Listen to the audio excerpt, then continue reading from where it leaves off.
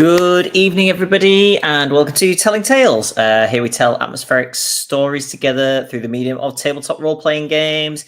It is Monday night, and we are playing the Masks of Nyarlathotep with 7th edition Call of Cthulhu. The group are in New York, and things are going... That's the end of the sentence. In the previous session, the group, they split the party. So 3 members of the group read some really nice books from a private library, brimming with knowledge, and the other half sort of planned what they were going to do to gain access to Emerson Imports warehouse on the docks. And that's pretty much the long and short of it. So let's start bringing players on. Let's bring on Sam, who plays Mrs. Farwell. Hey, Sam. Hello. Right.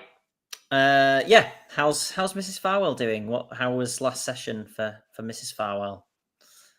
Yeah, I think she really started to get to the bottom of some things she's been, I'm anchoring for a while. You know, there's evidence of strangeness. She was very intrigued by the book that seemed to be bound in something she couldn't even recognize. It definitely gave her otherworldly vibes.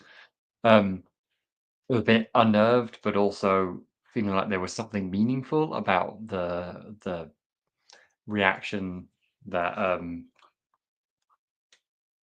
John's character had after reading the book. Merit, thank you. Yeah, and just generally kind of, it's nice to have some validation that there seemingly is something here beyond what people would normally consider, like within the world, even if it's only tangential or tentative.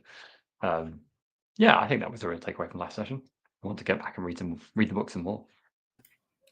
Cool, thank you. Let's bring on Justin, who plays Mr. Farwell. Hey, Justin. Hello. You were also party to the book party, I suppose. That's true. That's true. How did Mr. Farwell find that? I think we all found it unnerving, and I'm curious, Johnny, that one day you'll tell me what the spell was that I uncovered. Then I will know how magical I have the potential of being. Yes, I will give you that information. And then, looking forward to that, and looking forward to my adapted plan of breaking into the warehouse, where I am not the one doing the breaking in, but I am doing the engineering of the situation. Lovely. Let's go with the last person in that group and go with John, who plays Merritt Barton. Hey, John. Hi, Johnny. I left you till last because yours was the most fun. How did Merritt get on with the books? You know, Merritt had a little bit of a funny turn. This sort of, he's still not quite sure whether he got really caught up in his research or whether he fell asleep, because he went away for a bit, and when he came back, he'd pulled a large collection of books from the library and had started apparently reading them. So he's a bit unsteady, I think might be a good way to put it. Mm-hmm. But he read a book and learned some things about something he has no idea what it is. So knowledge is always a good thing, right? Yeah, absolutely. Yeah. Cool, thank you. And finally for this evening, Steve, who plays Edwin Price. Hey, Steve. Hi, Johnny. How is Edwin, and how did planning go? Edwin's okay, other than he's a bit concerned about the idea of breaking into a warehouse too. We don't even know really what's in there. We're trying to find information that ties. We know there's a link between this warehouse and the proprietor of the Juju house. Yes. So just as a reminder,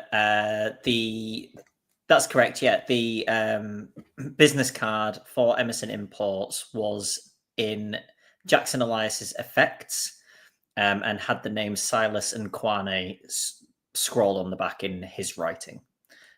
So that's what has led to this investigation.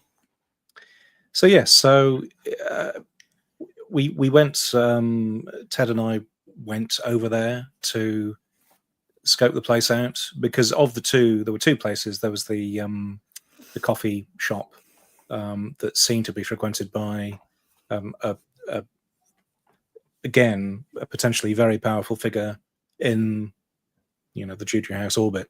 So rather than go near there and get spotted by the cops again, or worse, we thought we'd just stare at a warehouse for a bit.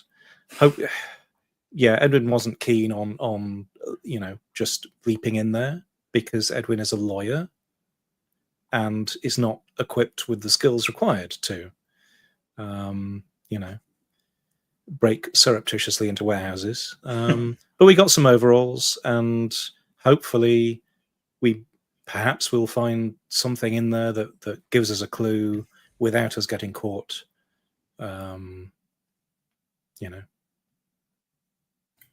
Fingers crossed. So I think So do you want to, in character, go over the sort of plan? So obviously there's 6 sets of overalls, because I think nobody was quite sure what was happening. So you kind of planned for every eventuality. Well, overalls are always useful. Which might be that a group of 6 of you maybe went union busting or something. And Jonny, was Mr. Farwell able to identify a plan of attack?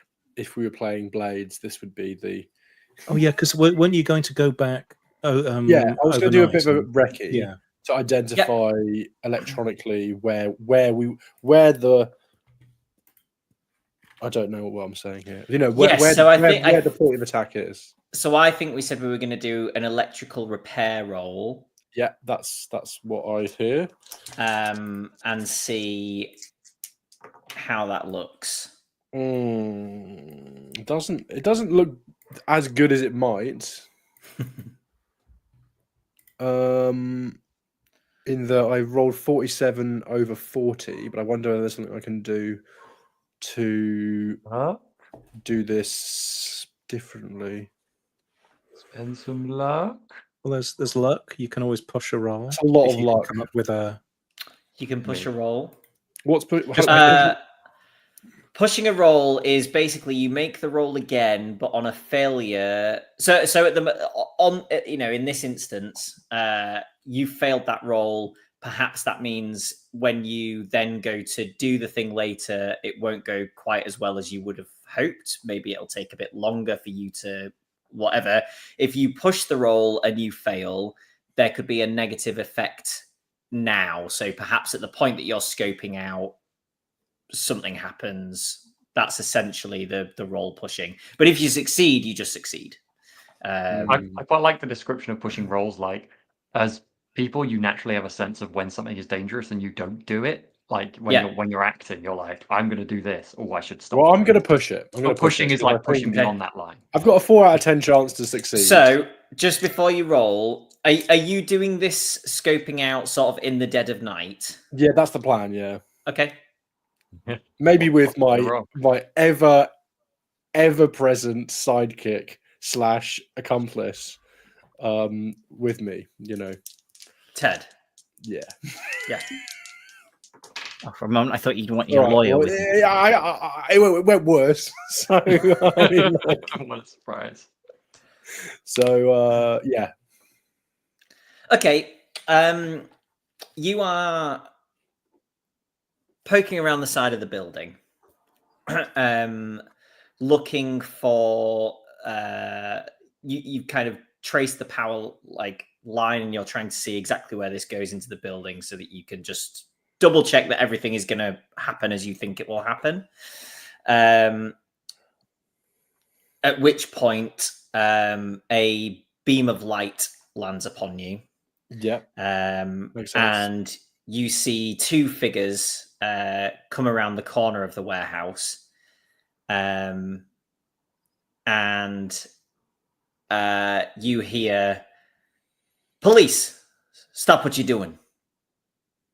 Do I think it is a situation where we can make a run for it? Are we like backed into like an alley with one way out, or no? You're not backed it. No, you are. So you are currently around the back of the warehouse. They've come around one side. The other side is presumably like you can get around all sides of the warehouse. I'm just wondering is there a run skill? We would go into a chase, actually, which we haven't done yet, and I'm going to quickly turn to the page for the chase.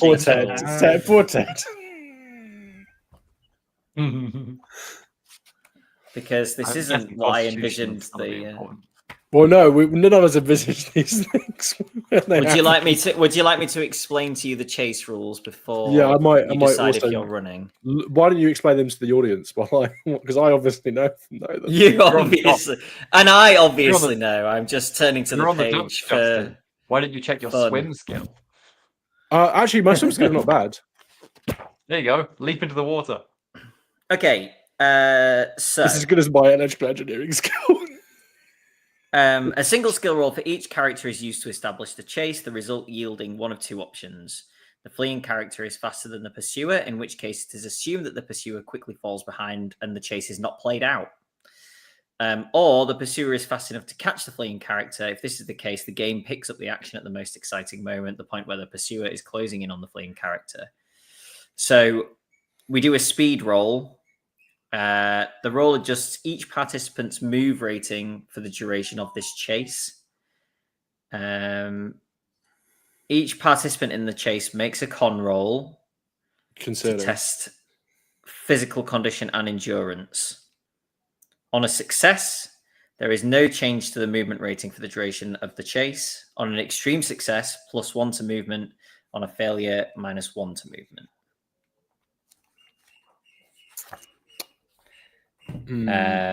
And then we compare, and either it turns into a full-blown chase.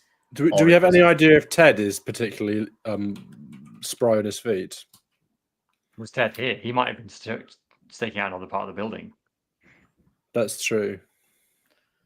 I don't know what spry is actually in terms of. movement rating. My move rating is 8. I'm not sure if that's. I think that's better. Okay. I think you would look at Ted and think that you were about as good as each other at running away from things. We know what, it's not a good idea, but Ted and I would definitely run. So, you would. So that's what we're going to do. I'm not going to deny that. And so hopefully we can do that. Is it going to work? I don't know. I've got terrible luck. So. Okay. I hope these are some fat cops. So I'll make a constitution roll. Come on. Well, I failed.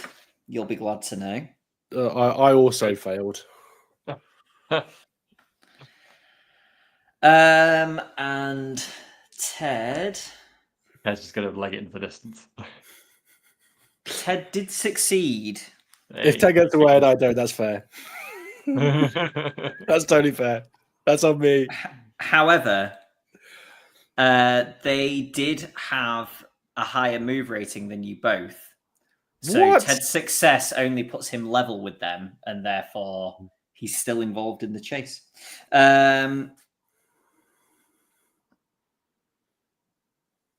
Okay, so you set off running. Yeah. Are you planning on trying to go? So I'll lay the scene a little bit more for you now that we know that this is going on. So it's docks, and obviously there are a lot of warehouses here. So you are on kind of the row behind this first lot of warehouses, the ones that are directly on the dock. So there is kind of a straight line like you can run in a straight line away from these cops, basically, or at any point you can round a corner to the right and head towards the dock itself and the water.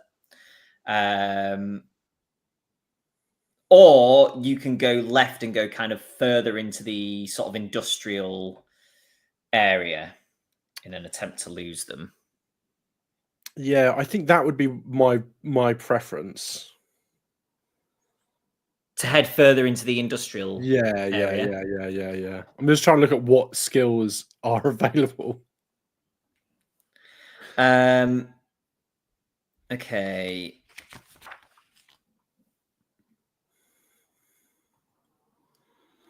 It's one movement action by default.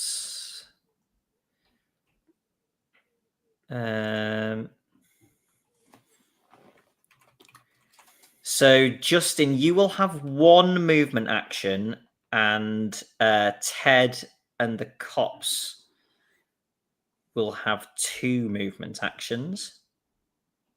So, your actions are move forward, initiate an attack using fighting, firearms, or drive auto for a drive chase, cast a spell, or perform some other action requiring time and perhaps a dice roll, such as picking a lock.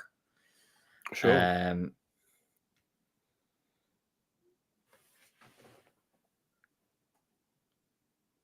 So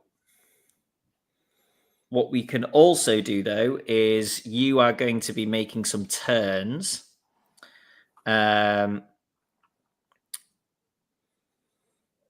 So I'm gonna take sort of tight turns that are into sort of almost alleyways, kind of between these buildings, as a hazard. So let's say, because you could round a corner at pace and there'd be something there. So let's say that you take a sharp left, and there is a pile of boxes. Yeah. And the gap for you to squeeze between is kind of this size. So we'll do a dexterity. Oh no, sorry, actually a dodge. Let's do a dodge. And I will do the same for Ted. I'm not rolling great. Oh, Ted rolled exactly on his dodge. I did not. I rolled 62, Okay. 40, something. And the okay. The cops both fail. That's good. So, and I'm going to, in a way, be kind, but I'm going to say that they each use their move action, one of their 2 move actions to pull out a firearm. Nice. Which makes them slower at running than it would. This is a kind. Putting Wilfred out of his misery, I guess. Cool. Yeah. Cool.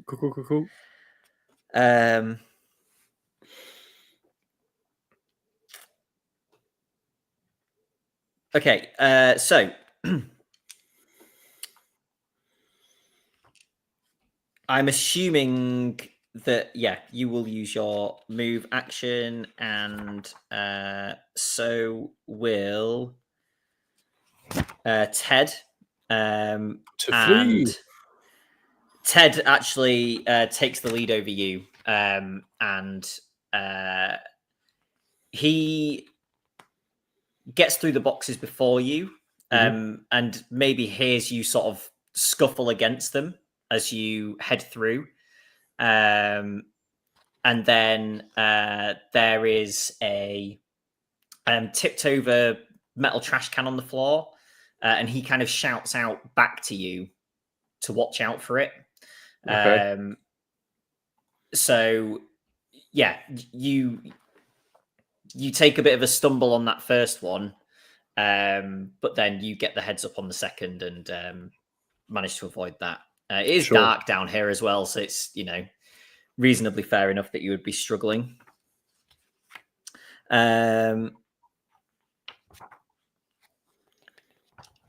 Okay, so another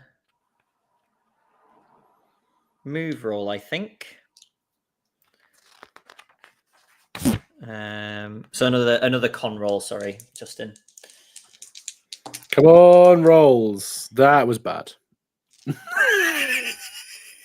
Oh.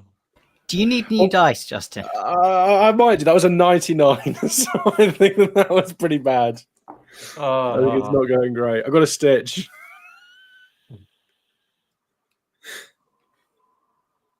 Oh no. Okay, well, everyone has failed. Good. But no one's failed as badly as me.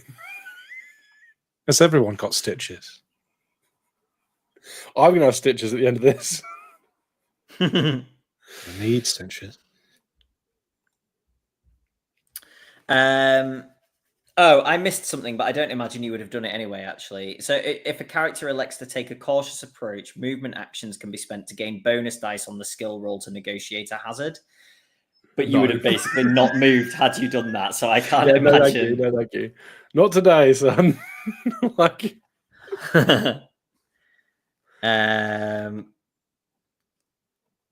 Okay, so it's going to be the same number of actions again. I am looking out for. I suppose dodge is fine, but also things to climb. I'm a good climber. Okay, let's say that you. I've got a reasonable amount in climb and jump and swim. Dodge is also reasonably high, but I'm like anything that looks like something that someone else might struggle with. I think I'd be looking out for that. And I'm not going to stick with Ted. I'm having to split up. Ted looks like he's got the situation under control. Like. Okay, so let's say that you hit a kind of a crossroads, essentially, and you can see that one way leads to a fence. Yeah, nothing wrong with that. Nothing can go wrong there. So if you want to go that way, why not? Why not? I said I'd do it. Let's give it a go. But I'm going to say that Ted has gone straight on ahead of you, and you will be going to the right. That's fine. I'll take my chances, and if this is the end, then this is the end. I'll go out shooting. All right, I'm gonna get. Should I go to a climb roll? Yes, please. That was much better. That was much better. I rolled under half. Oh, nice. Okay. So 16 under 45, I think. Yeah. Which means I can tick my climb finally. Okay, and the one that came after you did not pass his climb roll. He's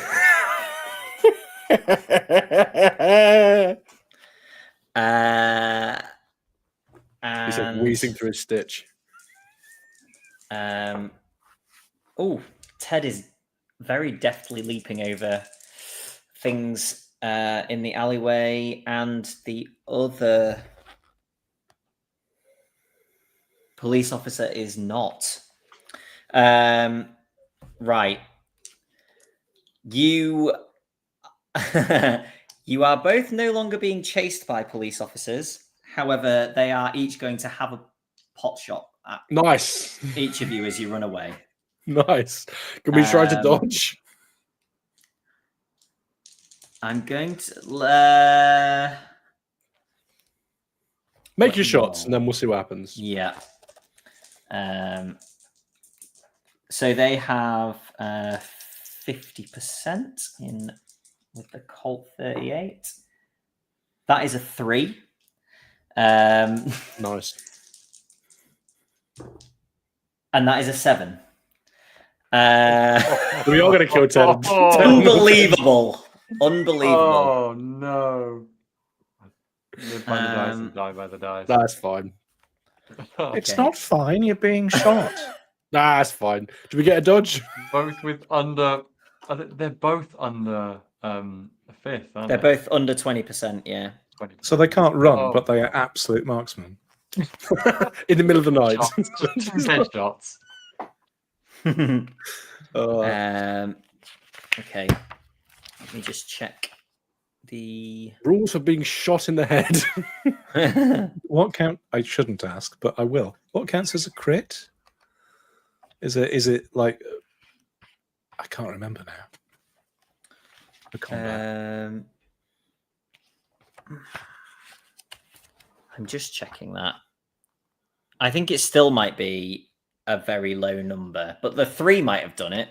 From memory, is it like over some amount of your hit points in one attack? Is it over? It's not over half, but it's something like that, like more than 3 or 4. I kind of want to see if it's Counts as 5. a major wound. Yeah, something like that. We so rarely do combat in Call of Cthulhu. Yeah. Fine. Okay. Do I count as a fast-moving target? Okay. So, you could dive for cover. Yeah. Okay. So that will require a dodge roll.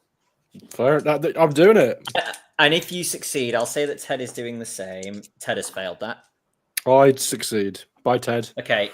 So and I rolled under half my. I rolled 12 under 40 for my dodge. Okay, nice. Under 42, so actually 40 less than 30 less than my dodge. You get to tick so them off this. there? Oh yes. Yeah. So this is great. This gives a penalty die. So I'm going to roll the 10s again. Could still be 0. Oh, they do in fact count as fast-moving targets as well. Thank A you, target that is thank moving you. at full speed, move 8 or more. Yep. That's us. I'm so glad I'm not there because my move is 7. So what? That's fine. What does that do, John? Let's include Wherever that. you- So that is another penalty die. Another penalty die. Or, well, it applies a penalty die. I don't know if these stack. I imagine it must do. Take the worst Yeah. of 3. I think it's another penalty die on both of them. Oh yes, I've just spotted that. Yeah. Okay. That's a 0 again. And that is cocked. That is a 50, which will make that one a miss. So we've got a 7 at Ted and a 53 at Wilfred. Fine. So Character. so Wilfred is not hit. Oh, so bad for Ted. How much life does Ted have? Oh, less now. He's a photographer. He hardly has a life at all. How much is a major wound? It is equal to or more than half the character's maximum. Oh, No? yep. Yeah, That's one of equal to or more those. than half. Yep. Oh no. Um, He's fine.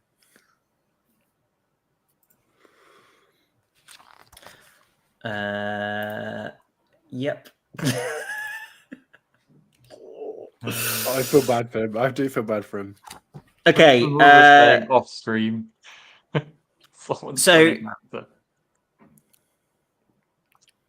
So Ted gets a major wound. I'm going to roll a luck roll for him for something.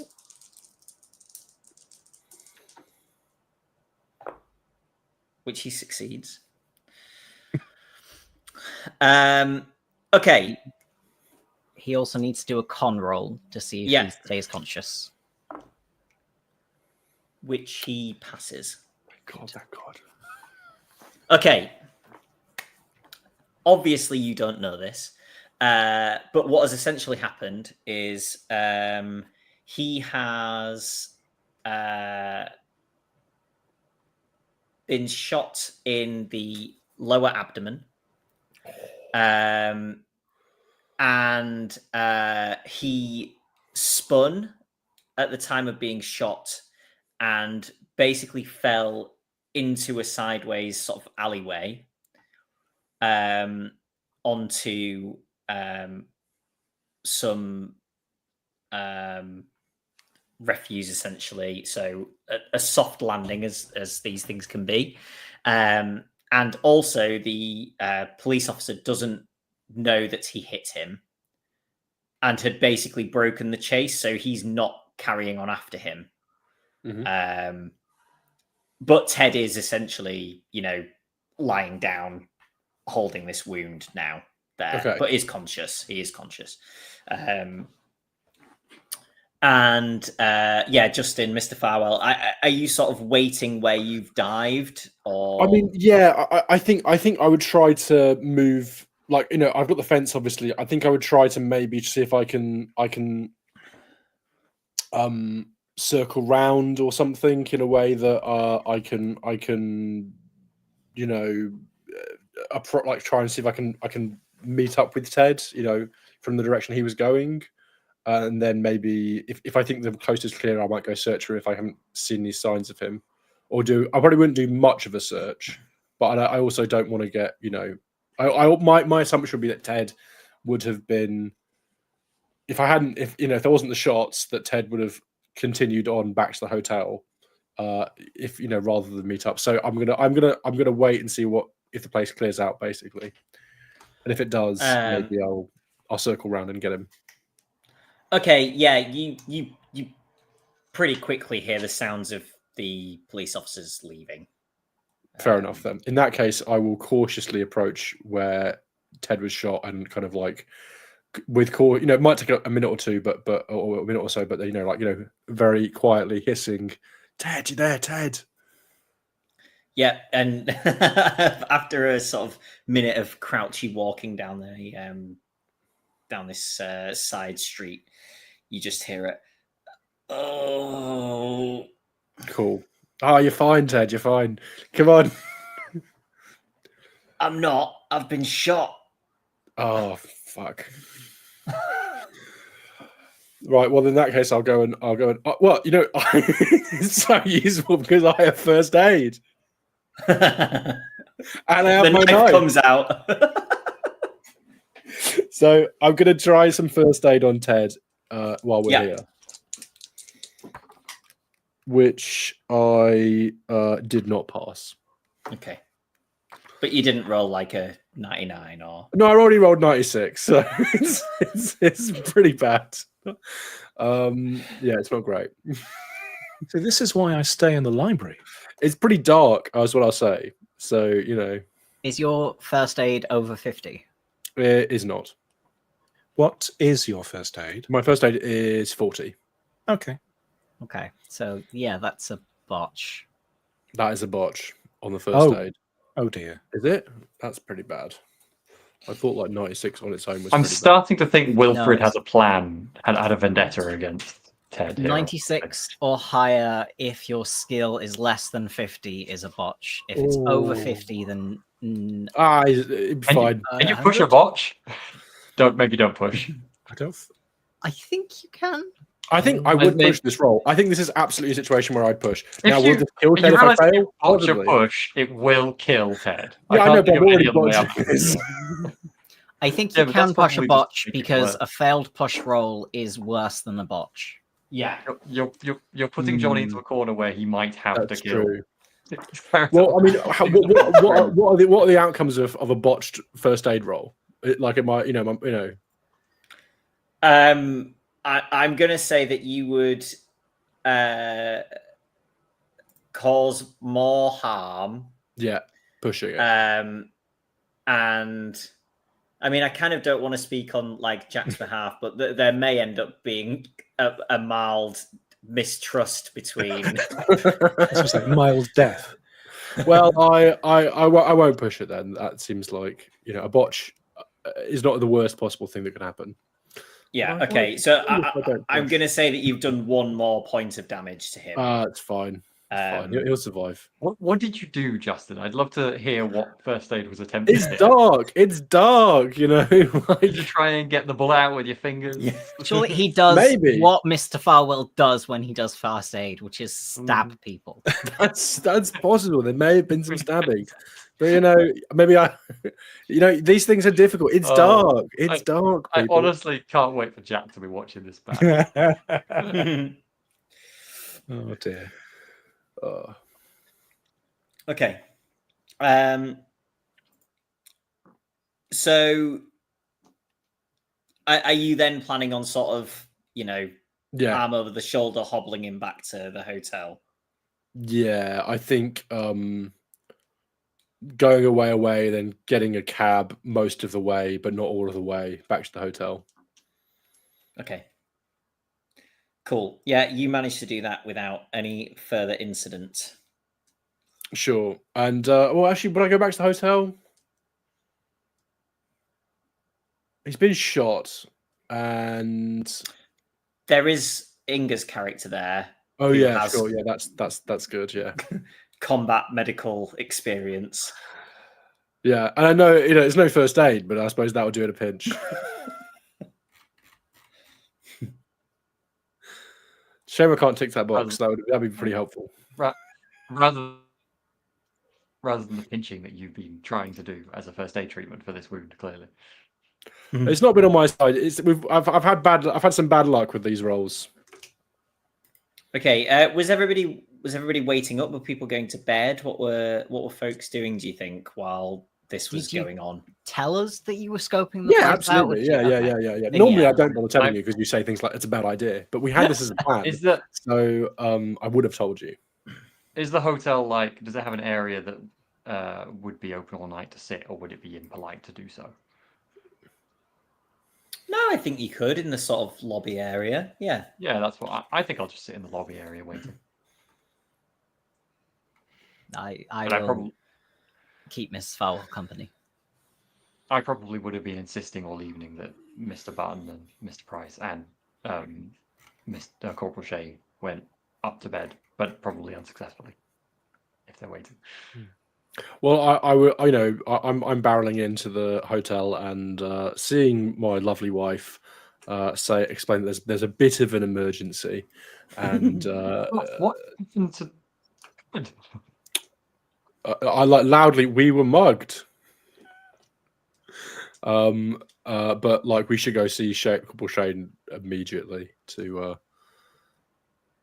It's not great. Yeah, help to the these hotels would have lifts, wouldn't they? Help to the lift to get up to the room. Okay, yeah, you get up to Corporal Shane's room.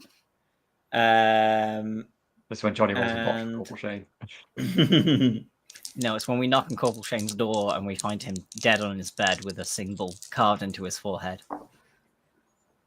Okay, you will be glad to know that I rolled a 25 under 75 for Corporal Shane. That's good. So the point of damage that Mr. Farwell did is undone. Excellent. I mean, it was barely a scratch. I love to imagine Corporal Shane's like, there's not much I can do about this bullet, but this stab wound we can deal with.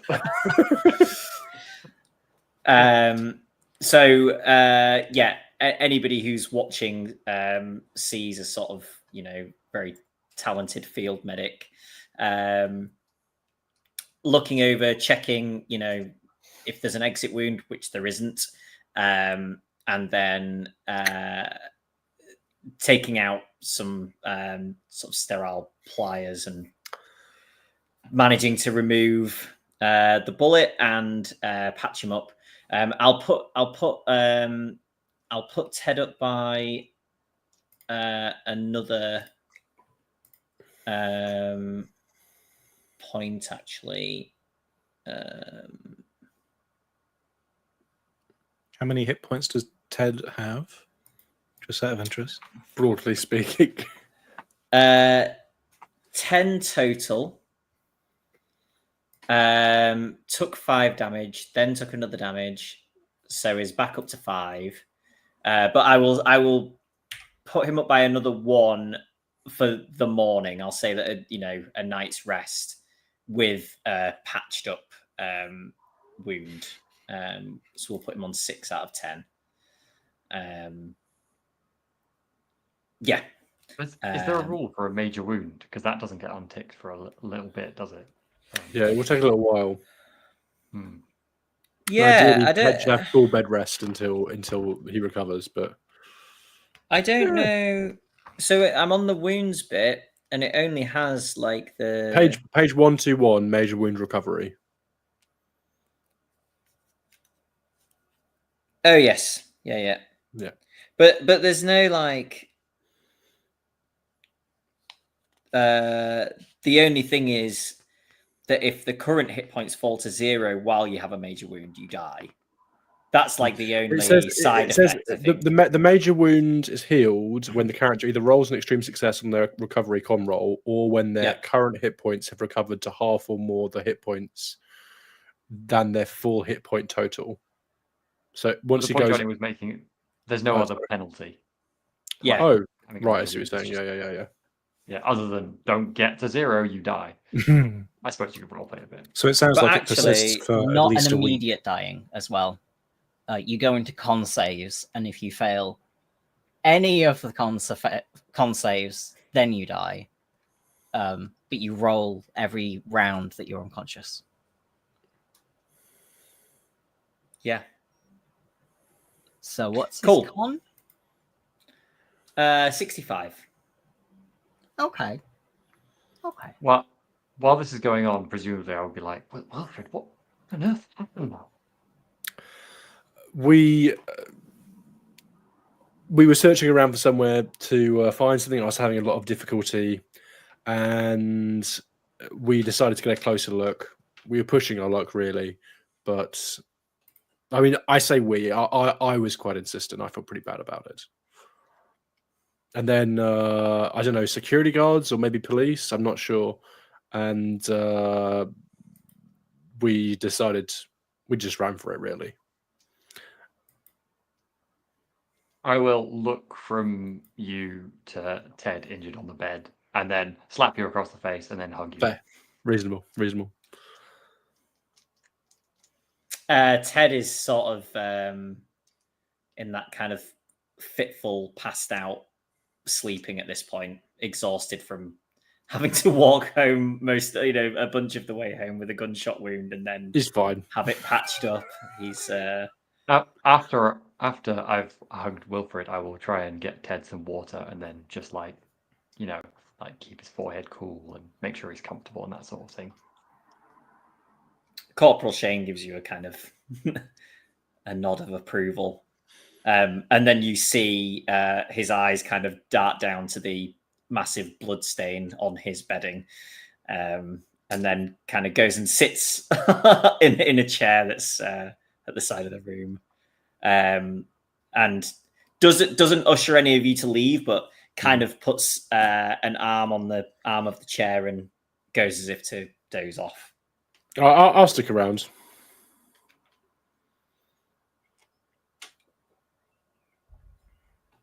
I think Edwin will have been wearing a furrow in the carpet. So yes, at this point probably goes off and frets somewhere else.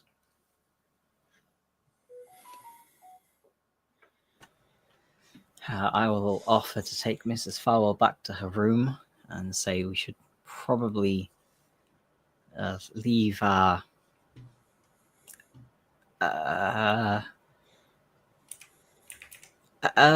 adventurers to rest. Well, Wilfred, you should come rest too. You had quite the night. I don't think there's anything more can be done this evening for it. Justin?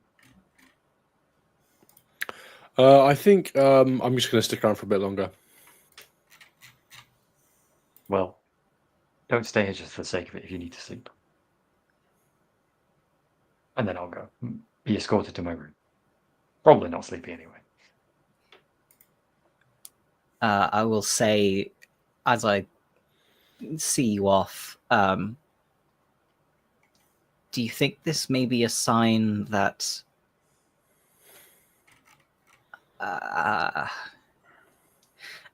it seems our plan may be a bit of a non-starter? Yeah, right now, definitely. I think that's safe to say, Mr. Barton, yes. Good. I, myself, I'm not quite sure where to go from here, but I certainly don't think we should be going back to those docks. And I'm not feeling very confident about going to any of the other places of import in the town either. We should discuss this in the morning anyway. Yes. It's been a stressful enough night. Good night, Miss Farwell. I'll go back to my room.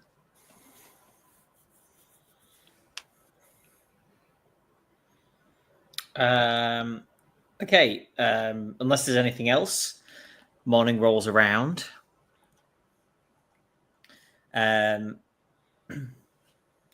Justin, was Mr. Farwell staying in the room with Ted and Yeah, Corporal Shane probably. for I the probably night? would have had a few chats with Corporal Shane over the evening. Yeah. Cool. Yeah, so you hear Ted kind of start to stir, grumble, and then like if you have an injury and you're asleep and you forget about it, so you hear this kind of as he twists slightly too far in one direction, and then kind of you see him put a hand over there and then kind of swap hands and then kind of try and use the other hand to lever himself up in bed. I'd leave that, Ted. It's not a good one. It's gonna be a good scar. Yeah, a good one, a good scar, and kind of reaches over for the glass of water and has a drink.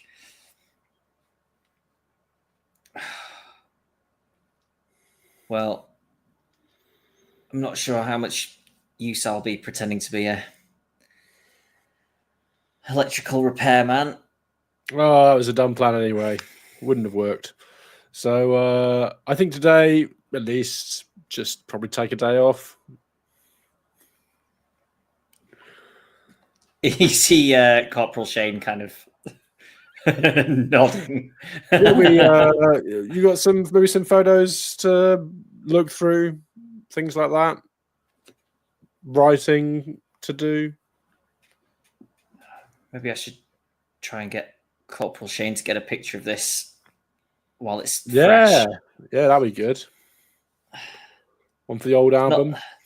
Not every day a man gets shot. No, it's a good story. That's some good Jack role playing there. That's exactly the sort of thing you would say. We'll do it this afternoon. We'll get all together. Yeah. What do you want? Some food? Look at Shane. Food Pointing allowed. and smiling at the wound. Breakfast in bed. Cup of tea. Yeah. Probably. Yeah. Good idea. I'll sort it out. I say, kind of like standing up off the floor where I've been sleeping and dusting myself off. I'll get right to it, and then I'll go and sort out all that.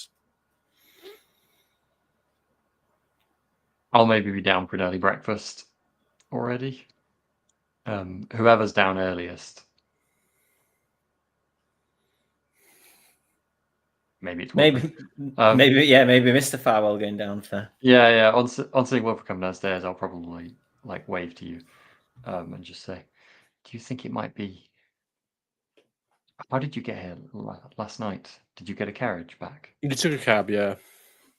We didn't take it all the way, and we didn't take it from the docks. Maybe it would be okay, but I was wondering if we should move hotel nonetheless. I don't think. I mean, it was dark.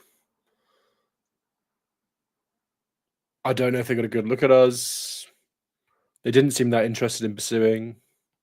It was bad luck that Tay got hit, and but I don't think they knew. I don't think they knew who we were, and I don't think there's all that much that could lead them here. Well, I guess we could stay, but we'll maybe see what the others think. Sure. But I mean, sure. I've got to get a few things, and I'll set about organising Ted's breakfast and tea.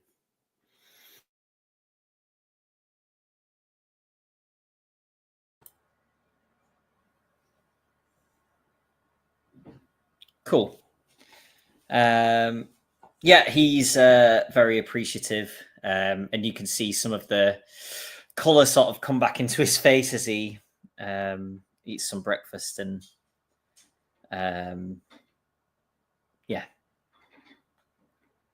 he's looking a little brighter after a night's sleep and some food. But still, the odd wince as he's even sort of reaching to pick something from the far end of his plate as he forgets quite how wounded he is. When Mr. Barton and Mr. Price presumably both come downstairs, if don't mind me speaking for you, I might like just get a little conversation going. So I'm Mr. Barton. We logically assume that the warehouse is out of action now as a plan.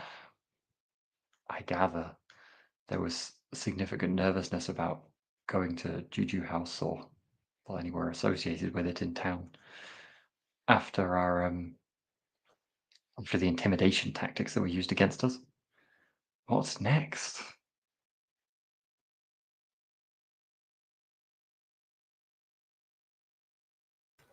Is this a conversation with all of us or with Mr. Farwell? I think this is you, Barton and Price. I think Farwell went back upstairs, but he could be down by now as well. No, I think that's right, Sam.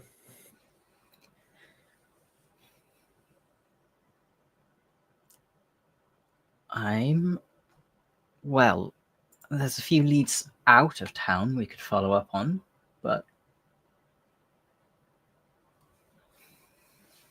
they seem adjacent.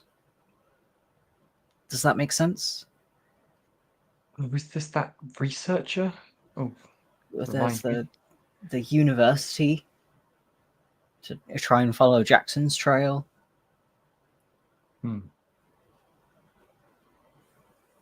There was that the lecture as well. Yes. Possibly, if we can get in touch with the person who was delivering that, that might be give us further clues on the sorts of cults that might be involved, I suppose. There was a possible lead of trying to access the psychoanalyst's office. See if he had anything in his records about Carlisle's dreams. This is Dr. Robert Houston, right? I'm going to say yes, but I haven't written it down.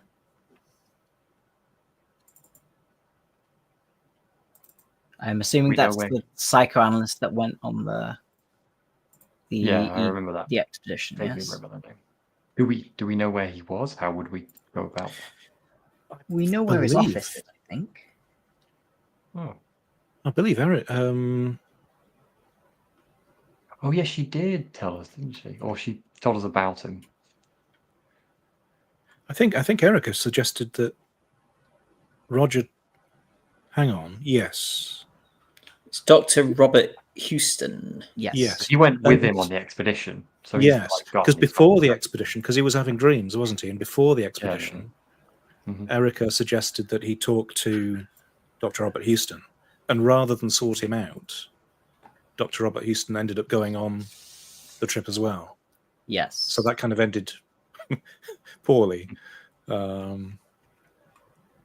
yes, I guess, it depends on where his files are located, whether Erica knows anything about them or whether they're just, if it means breaking in somewhere else, that's not a great.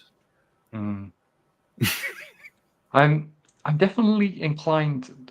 Going out of town feels like quite an appealing option right now for multiple reasons. Perhaps a trip to the university would be sensible. I think I'd sent a telegram to sort of ask, introduce ourselves. There's a reply this morning. Yeah, certainly worth waiting for. Another potential is that perhaps we had told Lieutenant Poole about this Mukunga Mdari, the person who was spotted at the coffee shop. Yes. And previously he hadn't been aware of this person. It's possible that they might have information they can give us. Or perhaps we could talk to the journalist again and see whether... I don't know whether we tried asking her about whether she knew anything about this Mdari person. But there's a few things we can try. But I think so.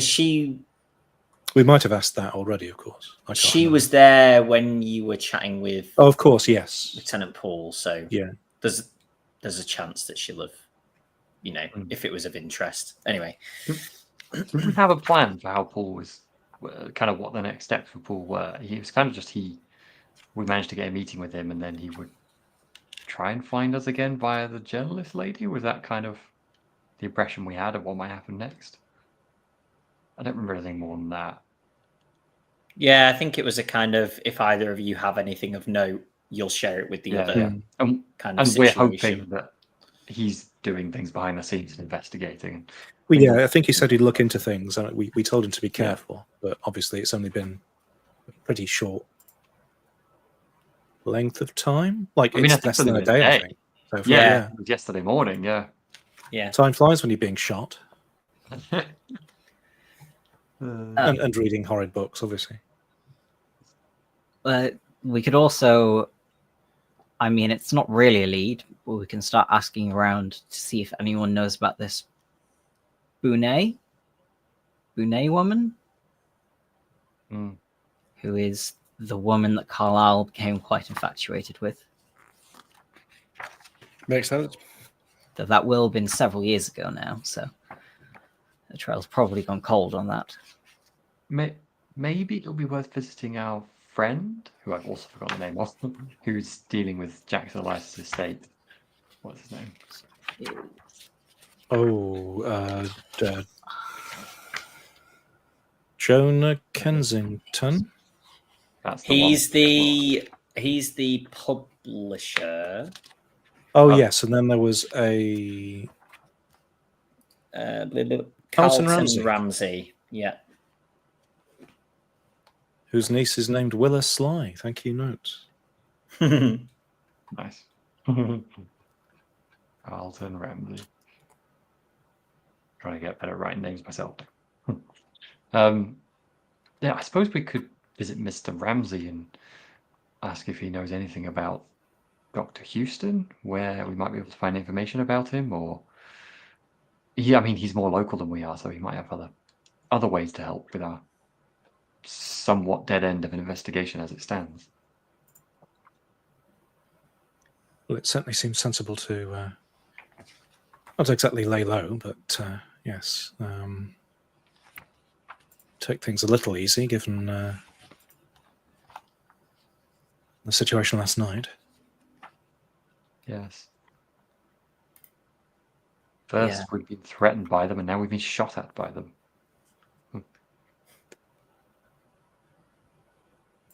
I think, Mr. Price, you've reached out to the librarian at Harvard University, yes? Yes, I have.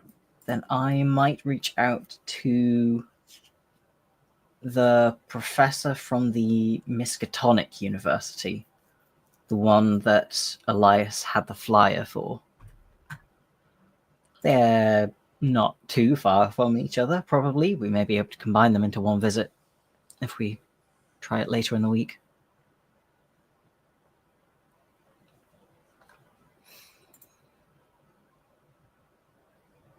Yeah, that was Professor Anthony Cowles. Yeah. And conveniently, Steve, Edwin is sort of caught at the. You sent it from reception, didn't you? Did you send it from here? Yeah. Yes, I'm sure I did. Yeah. Yeah. So I can't remember exactly what you sent. Was it just a request for meeting? It was. I think I would have sent that we were taking on Jackson Elias's. We were sort of involved in looking after his estate after his tragic death, and were basically using his name as a. You've spoken to him already. Sadly, he's passed on violently. And could we possibly introduce ourselves and carry on where he left off? Okay, yeah. So you receive a response, which you pay by the letter, so it's reasonably short. But you essentially get sorry to hear, happy to meet, and that's essentially it. Well, I will relay this information to the group. Maybe start looking into travel plans for what's required to travel over there. And as he's doing that, I will send a telegram to Professor Cowles, or at least to Miskatonic University, for the attention of Professor Cowles. I think I'll say much the same that Edwin did, but maybe shorter. Just, we believe you've made the acquaintance of our friend Jackson Elias. Could we please meet sometime to discuss his ongoing investigation?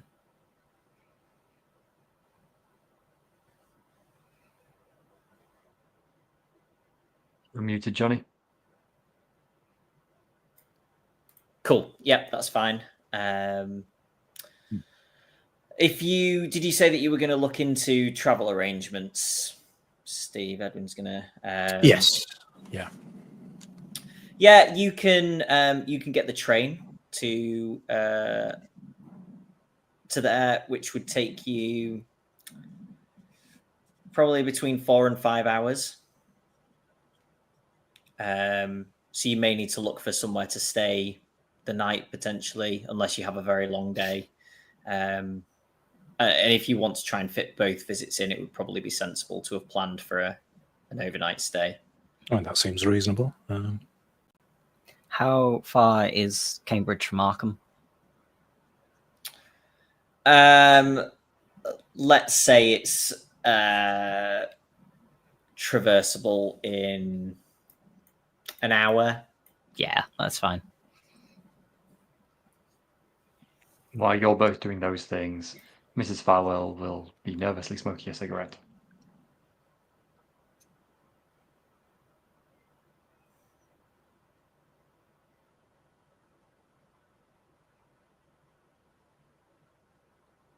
Smoking indoors is how you know this is happening in the past. Exactly. I like to think that actually, like Winifred, although it's not really a thing that people are thinking about at the time, she has tried to quit. She just didn't really like it. Getting to the 30s, it's not really her style anymore. But now it's definitely a bit of a relapse. I see Mrs. Farwell being a bit of a pipe smoker, like when she's at home. Yeah, I can see that.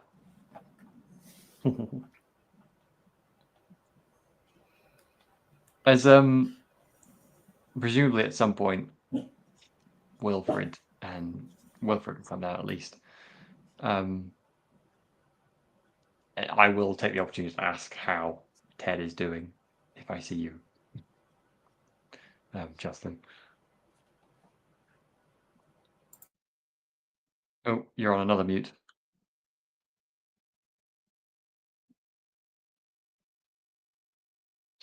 Guys, you're on a secondary mute, Justin. Oh, he's much as he was before, thanks. I see. Do you think, did Corporal Shane indicate whether he should stay here today, or? I think as much rest as possible was the intimation I got from the looks that Corporal Shane was giving me whenever I suggested going out for a walk or a smoke. Well, we were thinking of visiting Mr. Ramsey.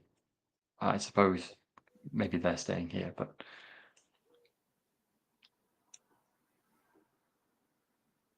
was there anything else anyone wanted to do today?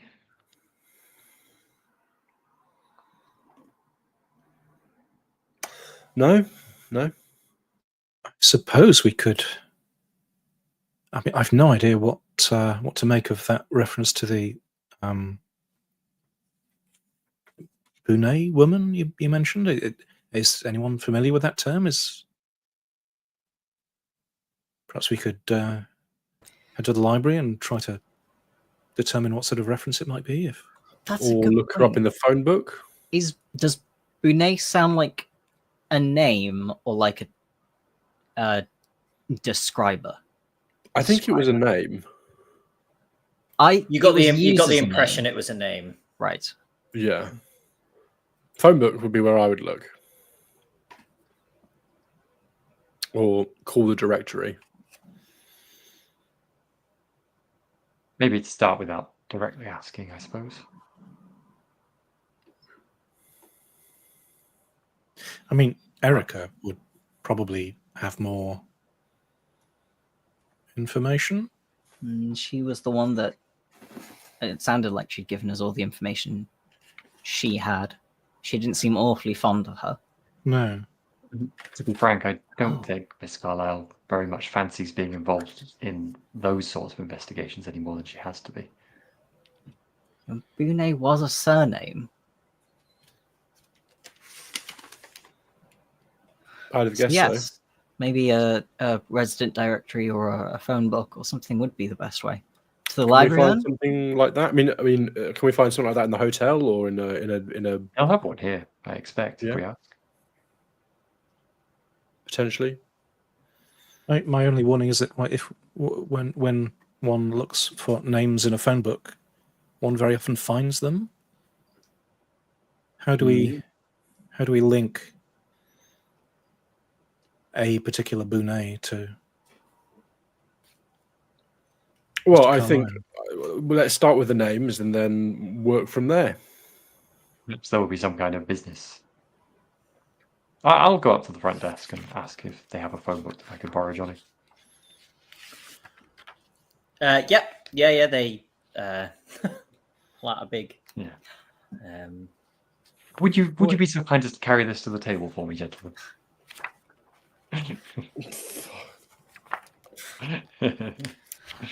How common would it actually be to have a phone? Like, are we Oh yeah. are Like an we address book. lowering our sample size too much here? You're right, it'd be an address She was book. dating rich people, so she's got a phone. She's hanging with one rich person. She's got a phone. It's like a directory, isn't it? Like an address directory. They have Yeah. them. Why ask the question when we can just look? Sure, yeah. I will slide. I won't slide on the table. I will sit at the table while the person from the front desk slides it onto the table. Jonny, I really hope that we doesn't require a used library use roll to look up the letter in a phone book. Hard success required. No. There is no. You obviously you don't have a spelling from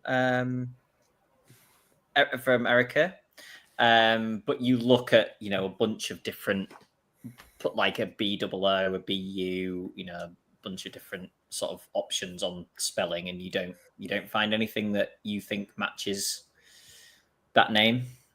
BH. I think I recognized the name when it was said. Yeah, still no. I think Jonny did spell it out for me out of character, but that's yeah, okay. I might well have done. But either way, you didn't that to Mr. Farwell, so that's fine. I love the idea, John, that like Jonny would be hiding it behind. If we offered just the right spelling, we would get in the phone book directory in roleplay sense. Though. Well, that's fair enough. While we've got the phone book, the address directory. I would also look up Dr. Robert Houston to see if he has a business or an address in there. Probably a business, because that might be a more common name. So you'd want to like check out what stuff, like what types of business a doctor might run. I mean, again, he's been missing for like 5 years. Yeah, but is he part of his company might still be open.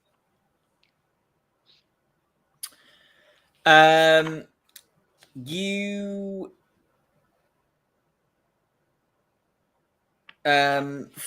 do not find something in there for him either, I'm afraid.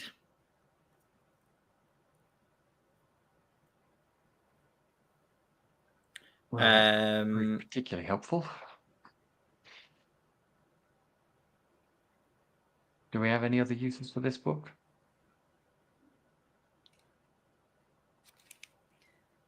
Some form of a weapon, perhaps? I think they might look less kindly on that use. Why don't you take it back to the desk for us, Mr. Barton? I will do that.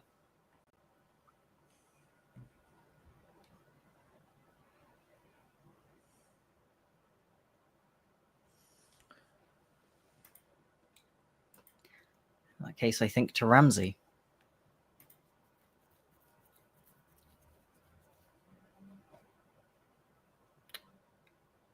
I was going to say, whoever was sort of looking for the Robert Houston stuff, or was sort of involved in that, can make an idea roll.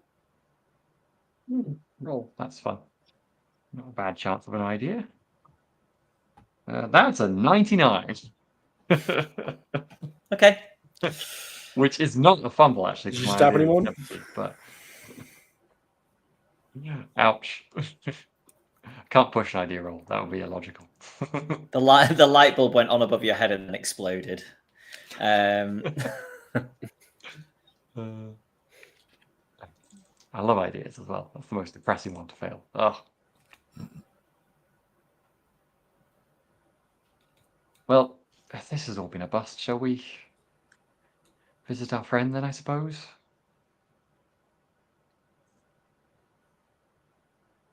Yes. I'll head upstairs quickly and let those two know where we're going.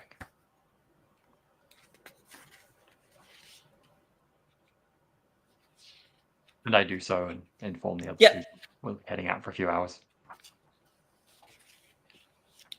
Okay, so back to the law offices of Carlton Ramsey.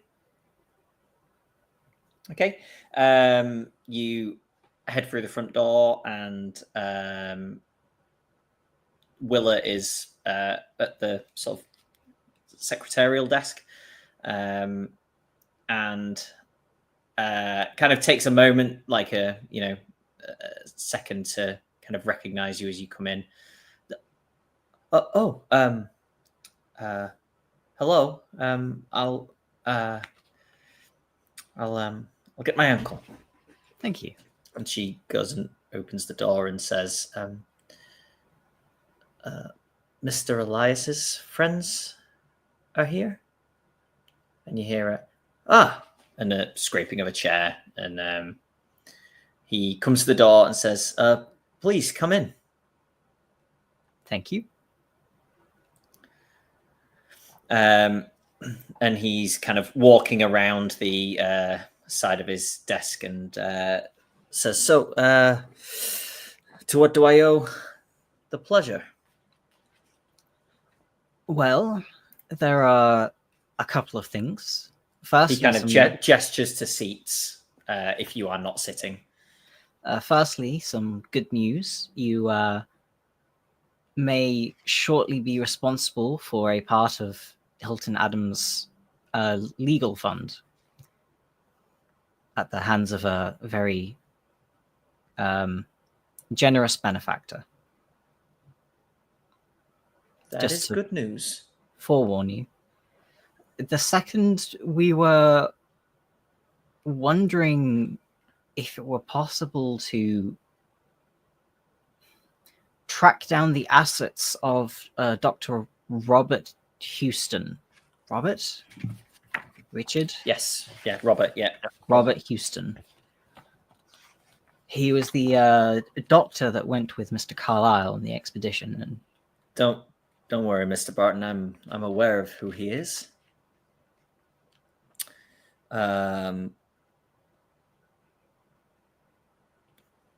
Those his records were passed over to the Medical Affairs Board.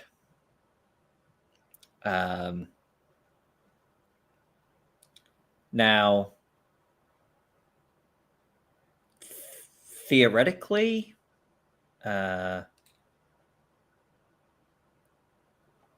they should probably have been destroyed by now.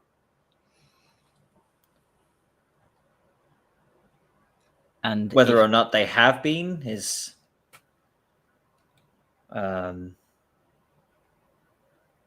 things can move slowly, as I'm sure you're aware. It could be worth inquiring.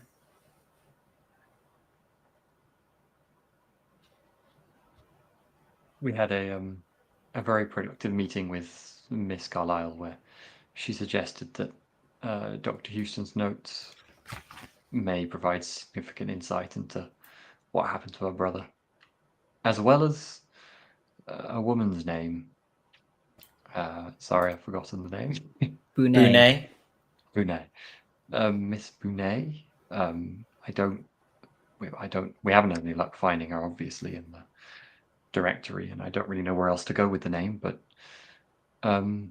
yes, if we get any information to follow that lead as well, I think it would help figure out what was going on with Mr. Carlyle before he went away on his expedition.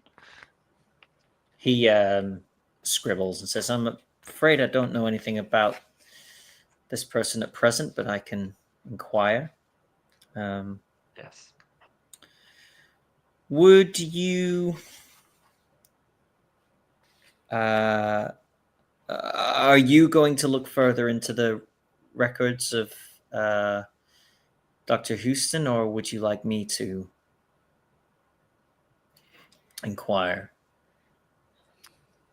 I feel like we're somewhat at a loose end, so we might as well. Okay, very well. Do you If you need... do you happen to have any contacts at in the appropriate departments, or? Well, here is, he kind of takes out a business card, not a business card, sorry, like almost like a Rolodex kind of thing, and takes a copy of some information, and gives you an address and a name, which I will generate. And he says, "Yeah, I'm sure if anyone can help you, they can." Excellent. It's like a few blocks away. You could walk or get a cab.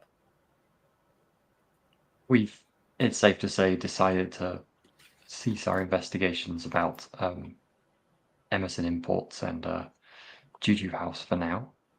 Whatever connection they had to this, I think we're pretty confident they had some connection to these strange goings on, but with the warnings from the police and, well, other things, I don't think we really want to push our luck at the moment. So if you do hear anything, let us know. But yes, we'll see In where fact, we need some angle to find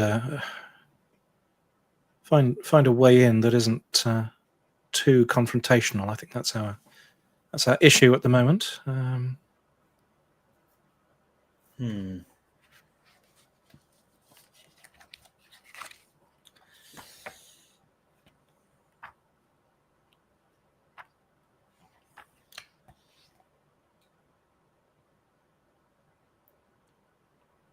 So the imports business, would you like me to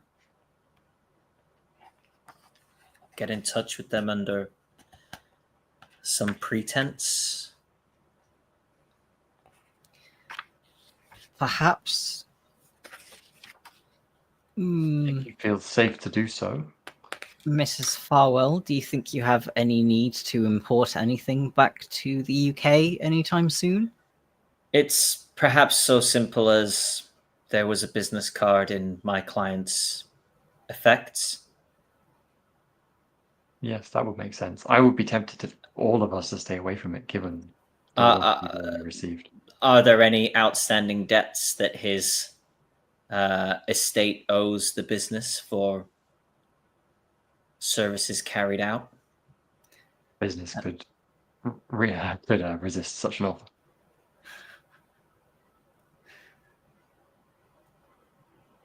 I think that would be a good way to go about it.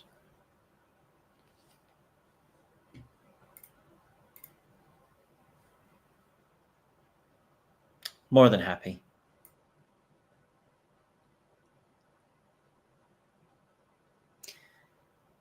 To the medical records office, I say to the group. I think that sounds sensible. There's nothing else So, we want yes. to discuss here.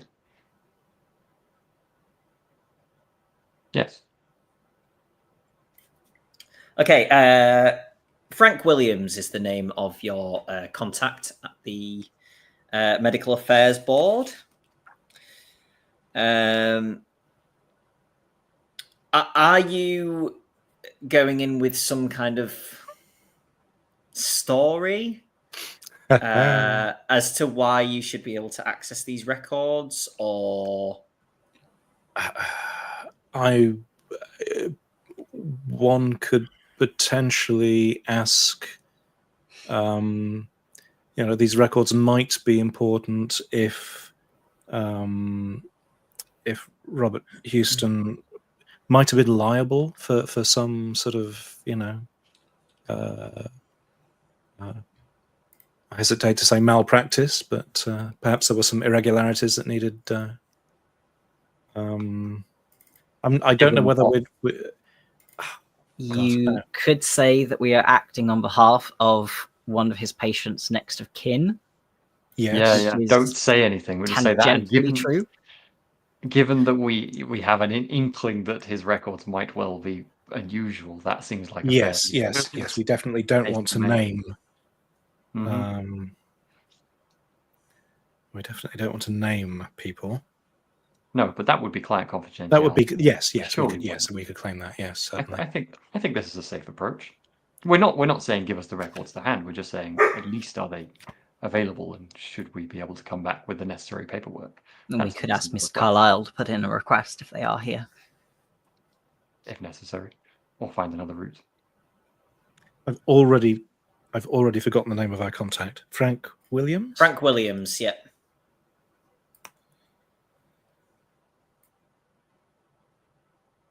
I need more bits of paper. I was trying to think why that sounded familiar, and I think I was thinking of Hank Williams. I'm hopeful that I will not need to note this person down, given Jonny generated them. Some of the best characters in my games are picked out of thin air and become your support.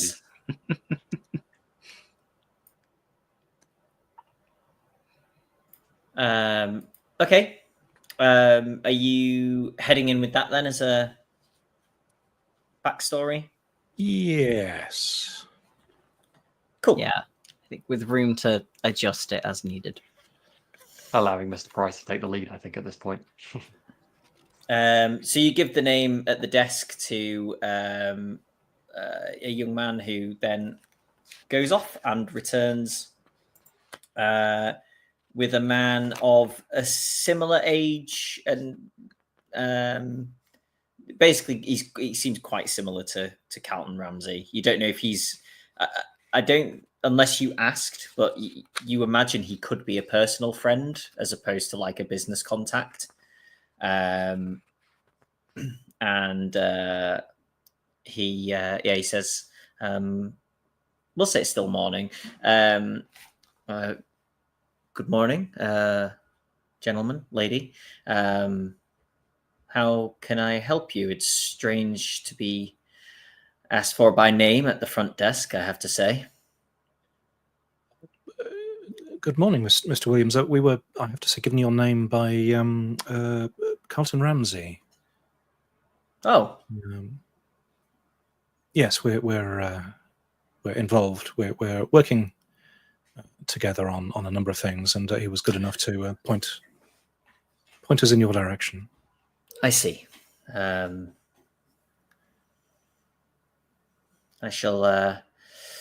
He kind of smiles a little and says, "I shall have to ask him to be a bit more discerning with how frequently he gives my name out, perhaps. But still, here you are, and I am here to assist. How can I help?" Well, I hope we won't be asking too much of an imposition, sir. But we are rather keen to. We have a client, and they were treated by Dr. Robert Houston. We are. We're hoping, if possible, to gain access to certain records that concern our client, to go over to confirm a number of facts. We are, I don't really want to go too much into it, but there are matters of some delicacy that we hope we can clear up. Well, you will be overjoyed to hear that you are in luck.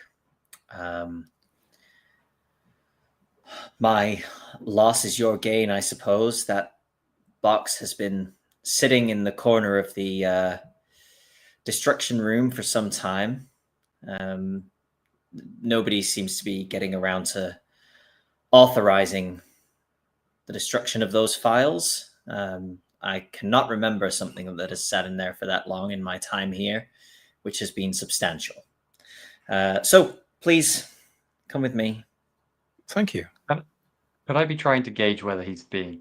That's just a slightly odd thing to say, and I'm curious if it's like there's something behind that, or if he's being straight with us with that statement. You can make a psychology roll if you like. Or I just feel like I fish for psychology sometimes. I should probably stop doing that. Oh, I failed anyway. Never mind. Okay. He comes across as just maybe he's quite an orderly person, and this thing is outside of it's frustrated him. The correct process of things. But it's not the process he manages, so he doesn't have any control over it. It's just annoying him. Yeah. I mean, I would sort of ask in passing, are there matters that would usually block the authorization of the destruction of records? Does this happen commonly?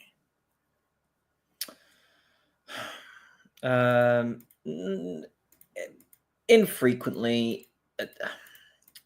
I don't necessarily think something is blocking it other than it being under a signature waiting on a piece of paper that's under a pile of other papers. Okay, if I could just leave you in this room for a moment, and he kind of takes you to a room that's basically just a table and chairs. Sure. Yeah. And leaves the door partly open. I have a sudden horrible sense of deja vu, and I think an actual look of slight stress will come across my face. I don't think I act on it, but others, you will definitely notice it. He returns after a couple of minutes with a box.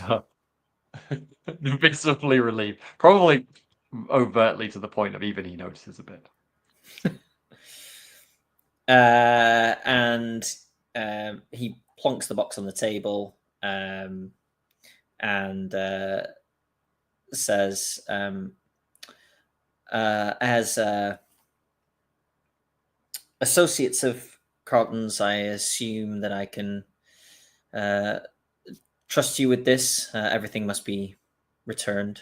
You are welcome to make notes on things that are in there, but the originals must be for when they can eventually be destroyed. Of course, you have my word. Good enough for me. Please, when you are done, leave the box in here and just let reception know that you are leaving. And if you need anything else, ask them and they can find me. Thank you. He leaves the room. That was so expected, I must admit. After he's left.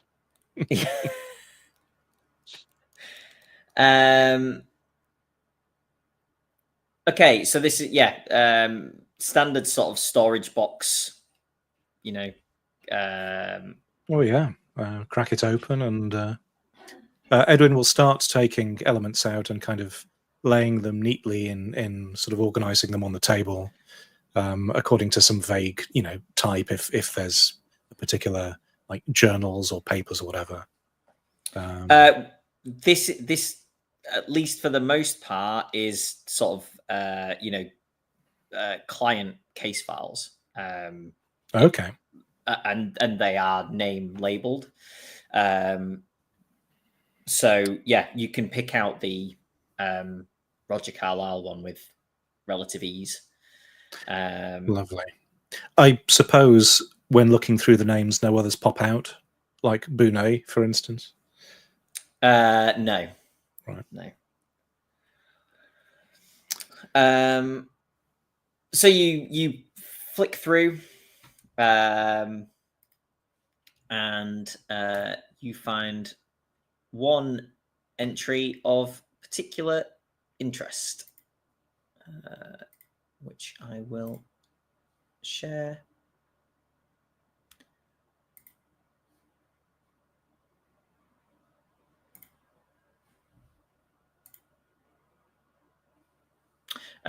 Okay. First meeting, January 11th, 1918. Reference, Erica Carlyle. Closest relative, Erica Carlyle. At his sister's insistence, Mr. Roger Vane Worthington Carlyle visited me this morning. He deprecates the importance of his state of mind, but concedes that he has had some trouble sleeping due to a recurring dream in which he hears a distant voice calling his name. Interestingly, the voice uses Mr. Carlyle's second given name, Vane, by which Mr. Carlyle admits he always thinks of himself. Carlyle moves towards the voice and has to struggle through a web-like mist in which the caller is redacted, understood to stand. The caller is a man tall, gaunt, dark. An inverted ankh blazes on his forehead. Following the Egyptian theme, C has had no conscious interest in things Egyptian, he says. The man extends his hands to C, his palms held upward. Pictured on his left palm, and then the image, discovers his own face on the right palm, C, sees an unusual misshapen pyramid. The caller then brings his hands together, and C feels himself float off the ground into space. He halts before an assemblage of monstrous figures of humans with animal limbs, with fangs and talons, or of no particular shape at all. All of them circle a pulsating ball of yellow energy, which C recognizes as another aspect of the calling man. The ball draws him in. He becomes part of it and sees through eyes not his own. A great triangle appears in the void, its twisted symmetry of the same fashion as the vision of the pyramid. C then hears the caller say, "And become with me a god." As millions of odd shapes and forms rush into the triangle, C wakes. C does not consider this dream a nightmare, although it upsets his sleep. He says that he revels in it and that it is a genuine calling, although my strong impression is that he actually is undecided about it. An inability to choose seems to characterize much of his life. September 18th, 1918. He calls her Mweru, Anastasia, and my priestess. He is obsessive about her, as well he might be. Exterior devotion is certainly one way to ease the tensions of megalomaniacal contradictions. She is certainly a rival to my authority. December the 3rd, 1918. If I do not go, C threatens exposure. If I do go, all pretense of analysis surely will be lost.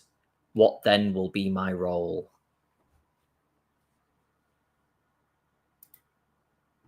Interesting. So this Anastasia, what, Anastasia Bonet? Yeah, I think it must be Bonet, given what we heard from Erica. Do we have time to get a copy of that while we're here, Jonny? Yeah, he's not set a time limit on you, so you can scribble copy that out. all down. Yeah. Yeah. So was he blackmailed into going? Exposure? It does sound like it, doesn't it? Oh man, never returned. sounds like perhaps Dr. Houston had or developed an ulterior motive for seeing Mr. Carlyle.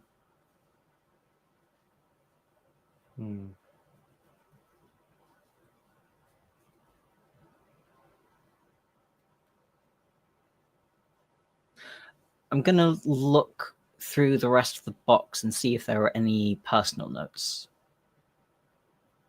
Like anything that isn't directly attributed to a patient.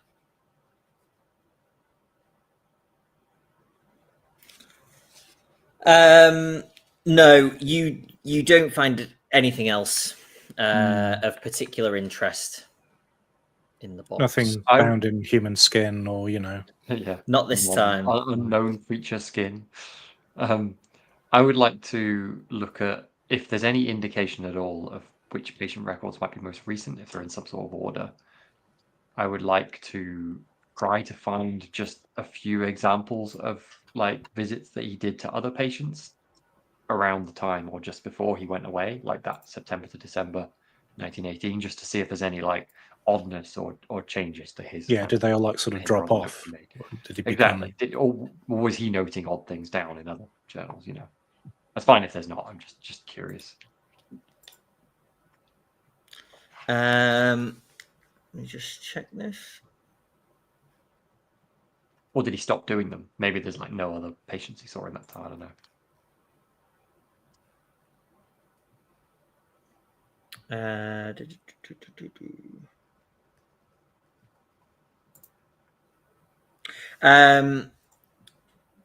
So yeah, what you do find is as you're kind of as you're going through Roger's file as well, the entries kind of become smaller as they go on, as if he is less willing to put down on paper whatever's going on between them in these sessions. And you also find a couple of, as you're kind of flicking through loose sheets to look for any personal things, you find a couple of consultations that he did with Erica, which you note from the bills he charged her $90 each for. And yeah. But the only thing that you really get out of those are that I think I might not read those. Oh, okay. Maybe I think maybe I would like let someone else read them, but I think out of politeness, my character okay. Carlisle's therapy notes. I'd read them. Well, I would certainly, as a lawyer, I feel I'm able to read them. I think I would see that and then maybe see the price or whatever in the day, and then hand them to probably Mr. Price. Amazing, keeping your hands clean. You basically see that what you get from them is that her relationship with Roger was like it troubled her, that it was not better, but that he thinks that she is of a remarkably fine character, and that he has rarely spoken to people who are so capable to adjust to the problems of living. And then a note at the bottom of one that she had asked him to speak to Roger.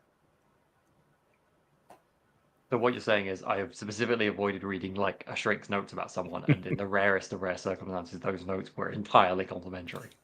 Yeah. Yeah. Yes, I will just sort of... there is nothing to worry about, Mrs. Farwell. Seemed a bit personal, that was all. And we've already asked if there are any other patients we recognize. Yeah. There's nobody else in there that you... There's a Neil Nyarlathotep. But you don't know him. No. That's true. Why are there like 25 patients with a Nyarlathotep last name? They seem to like wearing masks. I don't know what that's about. Clearly, they got some sort of identity problem. Well, I think this was very helpful. Certainly, I mean, this woman must be at the top of our list of individuals to track down. Mweru, that name stood out to me. If that's Miss Bonet, then maybe she is. Well, definitely seems like she might be connected with Juju House and Silas McQuarrie, I suppose. I think we already knew she was connected to Juju House. Well, now we have more indications. Or maybe we just assumed it. I can't remember. I don't have it down in my notes, but I have it in my brain that Carlisle and Miss Bonet, like Miss Bonet took him to Juju House on occasion, or at least took him to Harlem, not necessarily Juju House. Yeah, that might be something that Erica definitely, said. Yeah, yes. Mm-hmm. Yeah, Okay. we might make that connection. Mm-hmm. Yes, Roger started disappearing for days and coming back with wild eyes, saying he had been to Harlem. Yes. So that's after he met her. Yes.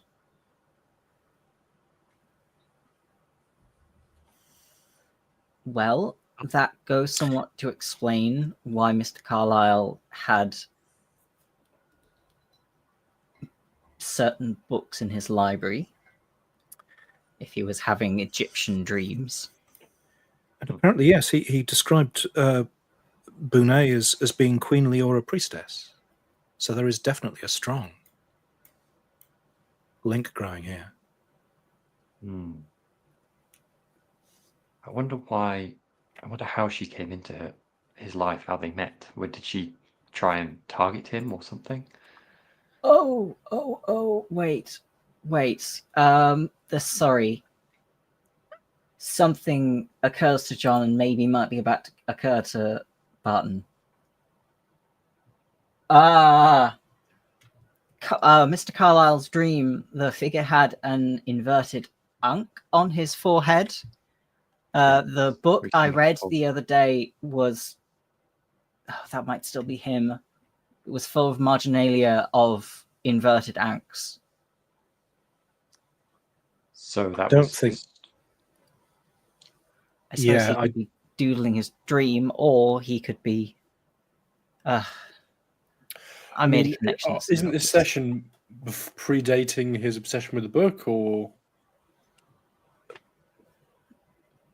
I think we don't know when he got the books, do we? No, we don't know when he got them. Don't think so. He had the dreams. He started having strange dreams shortly before he met Bonet. It's an interesting point. What was the initiator of these things? It's also like, I don't know how much you were discussing what you read in the books previously, but there was that book of poems might well have been relevant as well, because that talks about the trappings of a queen. There was a queen, yes, you're absolutely right. Is that the one that's called Life as a God? No, that's Amongst the Stones. Queen. Right. Life as a God is the one where Crompton went to Egypt and had there was a diagram of, or a mention of, a hidden room in a pyramid. Unspeakable acts committed for the Pharaoh of Darkness. That's right. Describing a hidden room in a pyramid. Was Nitocris was the name of the queen in the poem, correct, Johnny? Yes. Yeah, that's right. Describes Nitocris's regal paraphernalia. That's right. So this woman Nitocris could be Miss Bonet or Anastasia, or at least that's the identity she's assuming in this.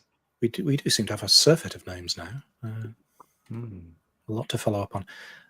John, yes, the other book, the French one, Selections de Livres d'Yvon, that has images of, the inverted broken ankh.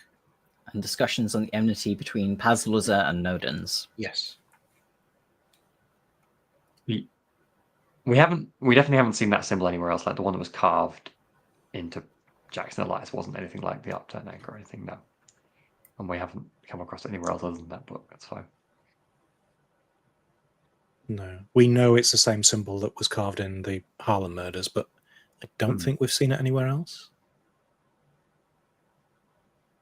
The key point that comes back to me is what set all this off.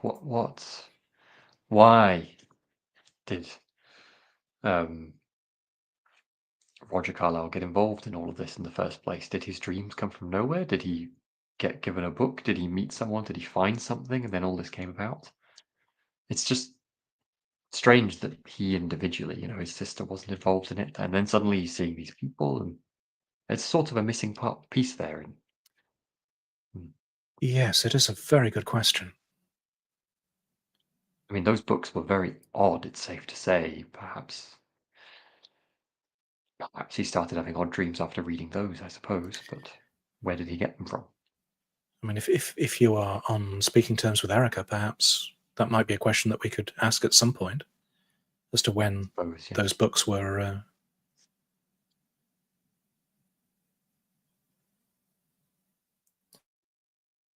She may not know. She seemed to try to be as uninvolved in these things as possible. So. Yes, I'm beginning to see why, really. It's all rather disconcerting.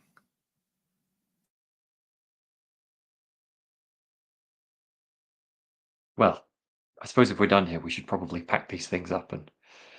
Shall we go have lunch back at the hotel? See how our friends are doing? Yes, I think that's a good idea, and maybe discuss what we're doing for the afternoon. Sounds good. That is the perfect point to leave it, I think. Lunch. Yeah, lunch. What better time to stop? Don't botch your eating roll. That Cool, sounds like thanks, Ted's going to everybody. do that after being shot in the abdomen. If anybody has any questions or comments, put them in the chat, and we can chat about those. We should be back next week, I think, for more fun and medical record review. Hopefully less shooting, but who can say? Who can say? And take two at the warehouse. At the same time as the night before. They would never expect us to do the same plan again. Well, we know the cops will have, 2 last bullets, so it'll be safer. Because everybody tracks ammunition in role-playing games.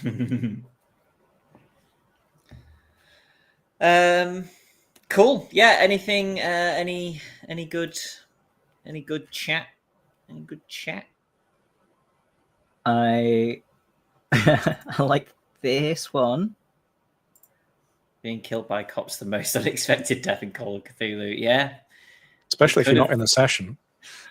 I mean, it was possible because it was a D10 roll for the damage, and he had 10 life. So I always wonder what happens if characters do so badly in this they just end up in jail as well. I suppose you'd have to have active GM to save the characters. But is there a point when it's so bad you're just like, let's just start again with it? I mean, there's many ways. Dream. Yeah, there's many ways for a character to leave a campaign, right? If you go through the judicial process and get a 10-year sentence, then you can't keep.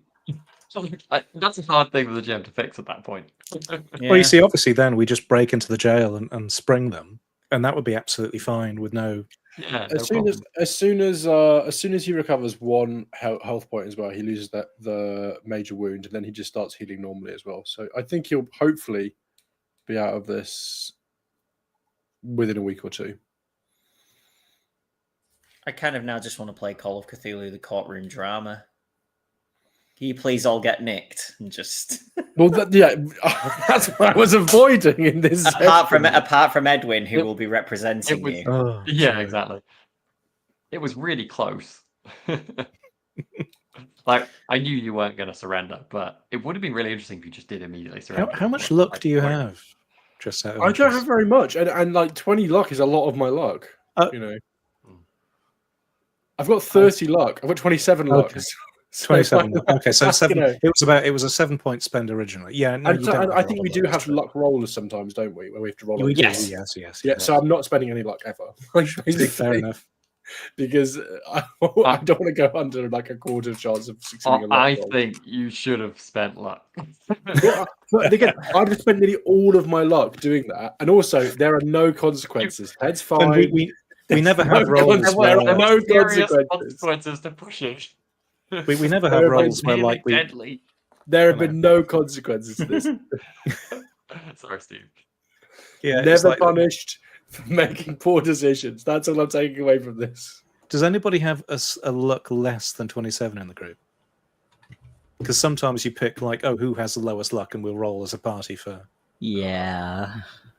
Yeah, I'm not spending any luck ever. Like, That's fair. That's fair. It's fine. When we hit the loading screen on our trip to Egypt or Shanghai or wherever we're going, you'll recover some of that. Maybe A bit. Probably. In like 30 sessions time when we eventually get to the next bit of this story. I'm currently listening to an actual play where one of the characters has gone down to 12 luck points, and it is brutal. no. Wow. Yeah. So don't do that. Yeah, everyone's right now. Someone's pushing me to go down to 7 luck points. So I've gone down to 7, which have been again worse for the long term. Much worse for all of us doing that than this situation. That's only on the contingency that Ted didn't die. He didn't die. There was only a 1 in 10 chance of him dying, a very low chance, and I'd already taken all the bad luck for the session. Well, no, it was a 2 alone. and 10, Jack, because like if he'd got 9 points of damage, you did damage him by 1 point of health. So yeah, ignoring all of the chance of you just Well, getting. then I wouldn't have tried to heal anyone. There was only a 20% chance that he'd die. That's a very low chance. it's better than 27% chance of dying, I guess. Anyway, yeah. I love 42's second last comment there. That made me chuckle. Well, that one. That's true. At least With you know it's pushing style. well now. Yeah. That's how you do it. Follow Justin's lead. I also like this from Steve. Yeah, that was I always that was remember great. the That was first great. time you were shot in New York. Yeah. And I put it at the beginning in our private chat, but just to peek behind the curtain, before the session started, Jonny asked us to go easy on him a bit, and then within 5 minutes of starting, we had him introduce a new mechanic in a completely different chapter of the book. Jonny could have chosen to have my Just insta-killed you. Do anything. I'm Do not anything. dealing with this. He was like, "Oh, this will be fun," you know. Yeah, Chases I didn't and fear the firearm combat. Yeah. and major wounds. Yeah. Yeah. It was an exciting start to the session, wasn't it? It was. Cool. We also have thank you for the follows from Trixie B10 and Sir Turd of Bottom. Thank you for your follows. Cool. I think that is everything. So we will catch you all next week. And yeah, thanks for joining. See you next time.